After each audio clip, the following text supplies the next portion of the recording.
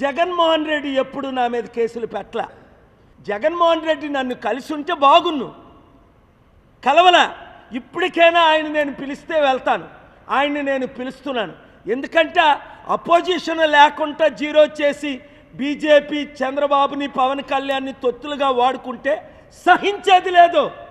అవినీతి జరిగింది. 5 లక్షల ఓట్లు టీడీపీ బీజేపీకి పడిపోయా, 500 పడలే. ఆ ఓట్లు ఎక్కడెళ్ళాయి? ఇక్కడ 4-5 లక్షల ఓట్లు ఎవరికేశారు? బొత్సాకు పడలేదు, ఝాన్సీకి.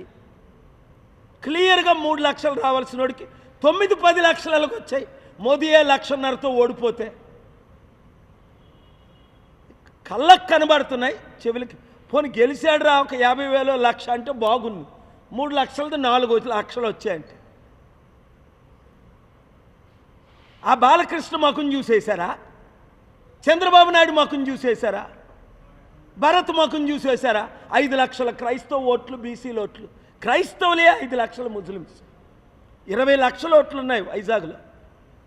నేను వెళ్ళిపోతాను, నన్ను పంపేద్దాం, నన్ను రెచ్చగొట్టారు, తేల్చుకుంటాం ప్రతి ఒక్కరితోని. ఈ రాష్ట్రం, ఈ దేశాన్ని రక్షించేదాకా నేను పోరాడతా.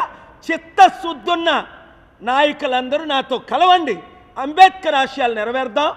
ఈ ప్యాకేజ్ స్టార్లైన ఈ పవన్ కళ్యాణ్ని, ఈ చిరంజీవిని, వీళ్ళందరినీ మర్చిపోదాం. ఈ శర్మిలాని మర్చిపోయి ప్రజాస్వామ్యాన్ని కాపాడదాం, ప్రజల్ని గెలిపిద్దాం.